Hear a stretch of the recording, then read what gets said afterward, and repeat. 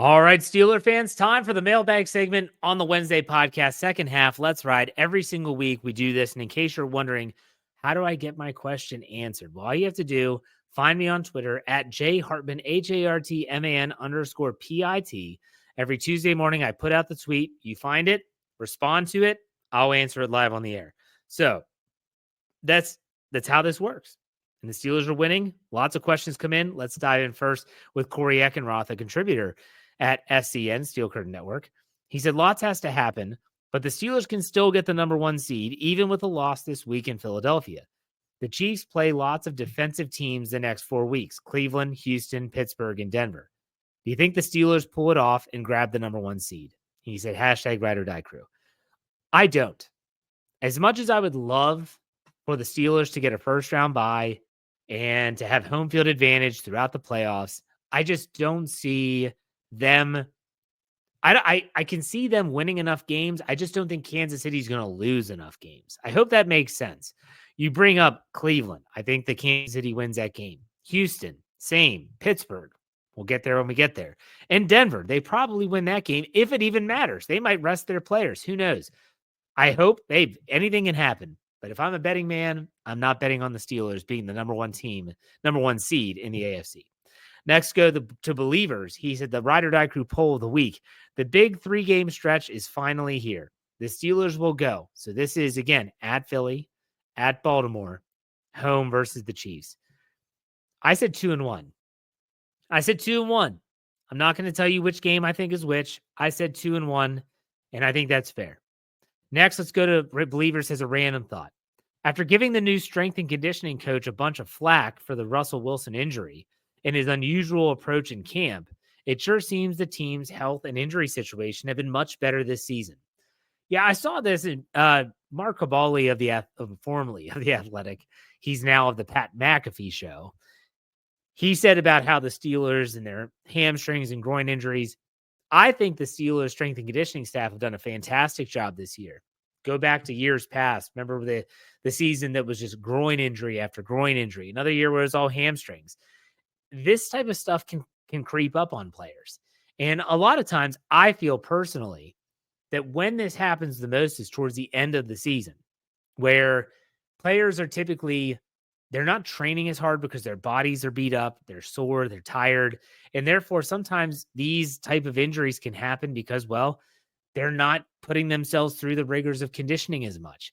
So it's also just hit or miss, because there's someone like Minka Fitzpatrick, where I think it was last year, maybe 2 years ago, and he dealt with soft tissue injuries the entire season. And this he's one of the most conditioned athletes every game, every year, all season. I don't know. Let's go to Hammertown Nick. He said, did we as a fan base overhype Minka by comparing him to Troy Polamalu? I always hear that it's hard to get picks if you're not thrown at, but Polamalu was avoided like the plague and still got his. He put himself in the right position to make the play, almost knowing what was happening before it happened. Not questioning his work ethic, and this is almost impossible to answer, but does Minka not study enough film? Is it a DB scheme issue? Just seems like he's out of position way too much the last 2 seasons. Thanks, and have a fantastic day. So, Hammertown Nick, let me answer your question. Troy Polamalu was fantastic. Troy Polamalu is a Hall of Famer. Troy Polamalu is a multiple Super Bowl champion. Troy Polamalu was also an unbelievable gambler. And he would go against coaches' wishes if he felt that he knew what was coming. And at the end, towards the end of Troy's career, his gambles didn't always pay off. And he also didn't gamble as much. And so you saw some of the splash plays decrease. But when he was young, Troy Polamalu, that is, and he was unbelievably, the quick twitch muscles of that guy are just fantastic. He was able to put himself in a position to get those takeaways. Minka Fitzpatrick is a film junkie. And I think there are times where he probably does see tendencies, but he's also a team-first guy. Not that Troy wasn't, but Troy was willing to go lone wolf at times and take a huge risk if it meant that it was going to be a splash play for the defense. I don't know if Minka's that guy. Minka might be that guy that says, I'm going to try to put someone else in position to make a play, but I need to do my job. There's always the story in 2004. This is the year that Troy Polamalu really started to come on. Bill Cowher's still the head coach. And Troy Polamalu is supposed to have the deep half.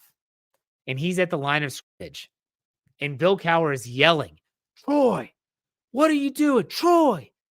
And Troy Polamalu is like motioning for him to like be quiet. Like, stop. Like, I got this.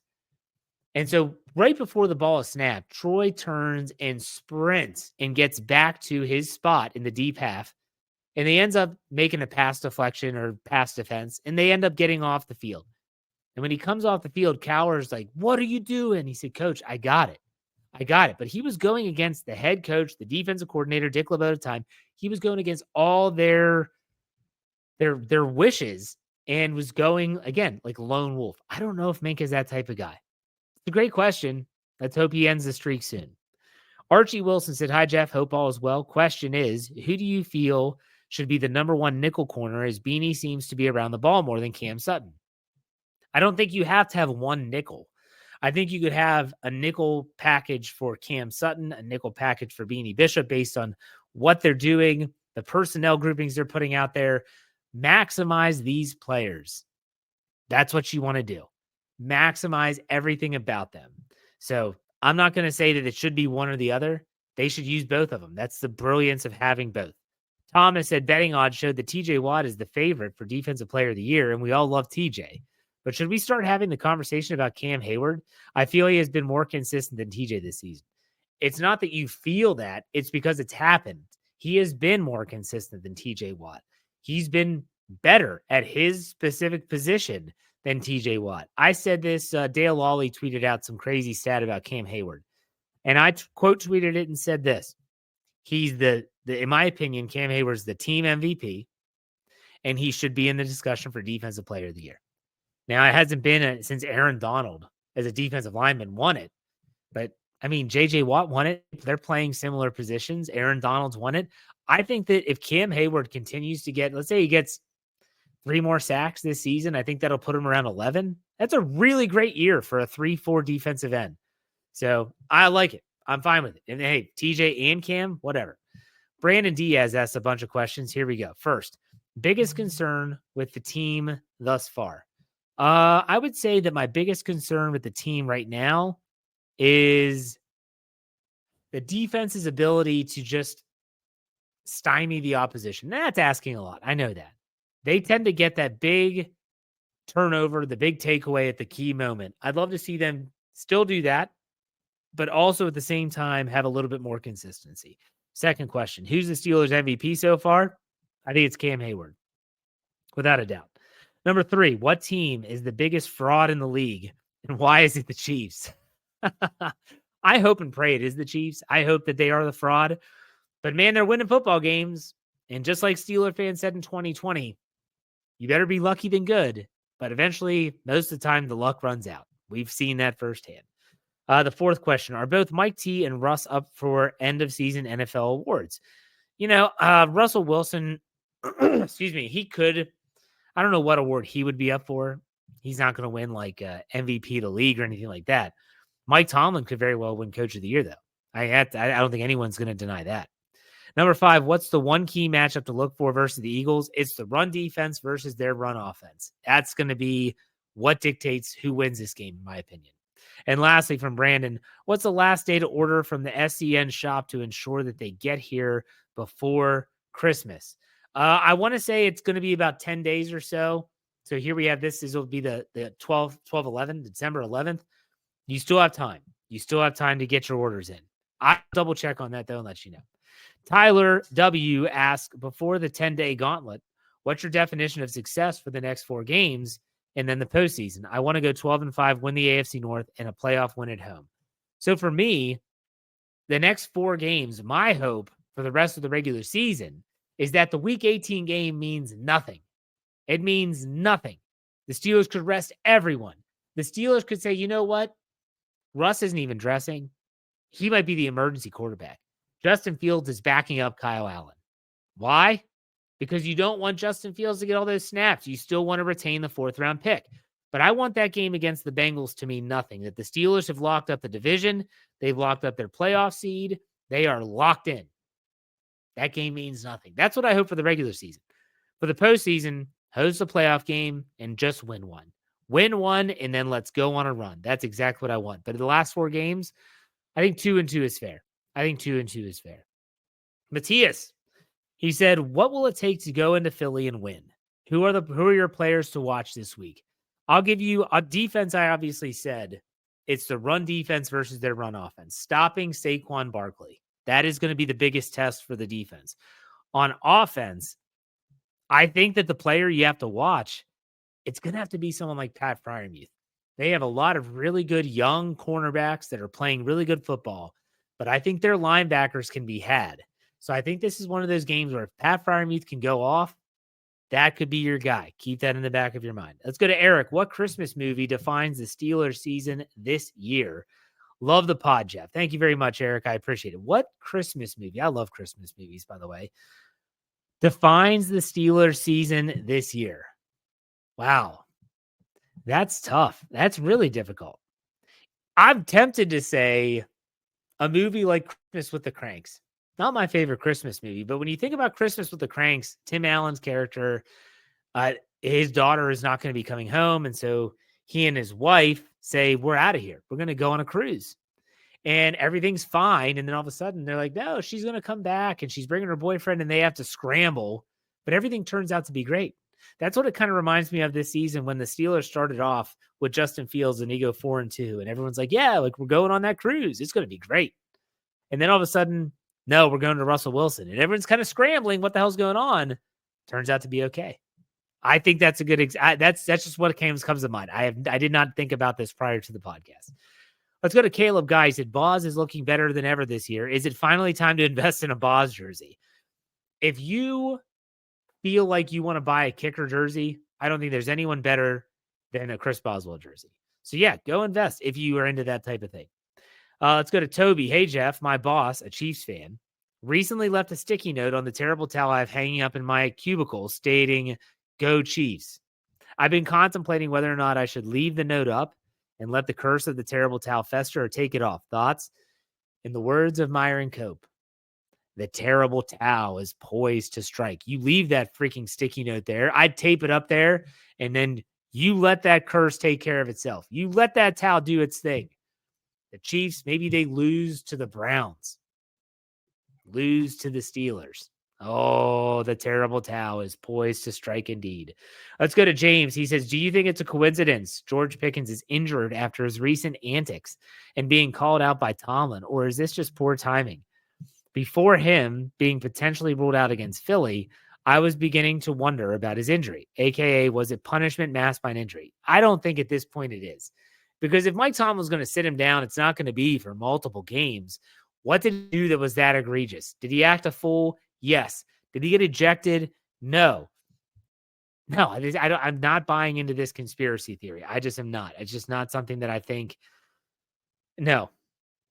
I think he's actually injured. I hate to say that, and I know a lot of people are hoping that I would be one of those guys because typically I love a good conspiracy theory. They're fun. I'm not buying into this one. Let's go to Schnecky. He said, hashtag ride or die crew. How much nonsense do you think Tomlin deals with on a weekly basis? I think it's a lot, and I can't wait for the tell-all book.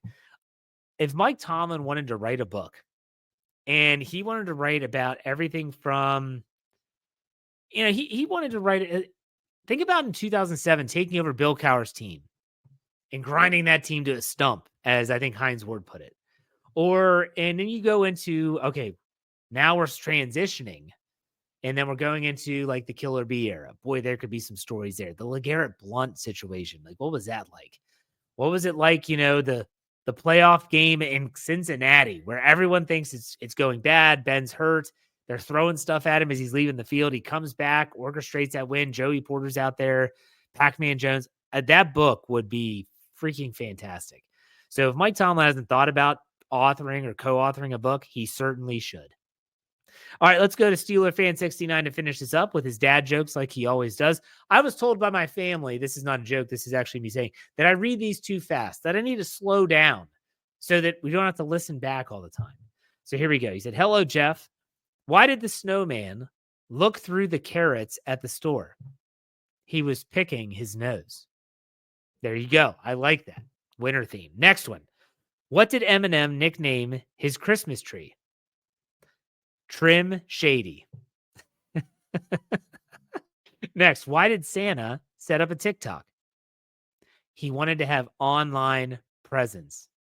Get it? Last one here. What did one Christmas angel say to the other? Hello there.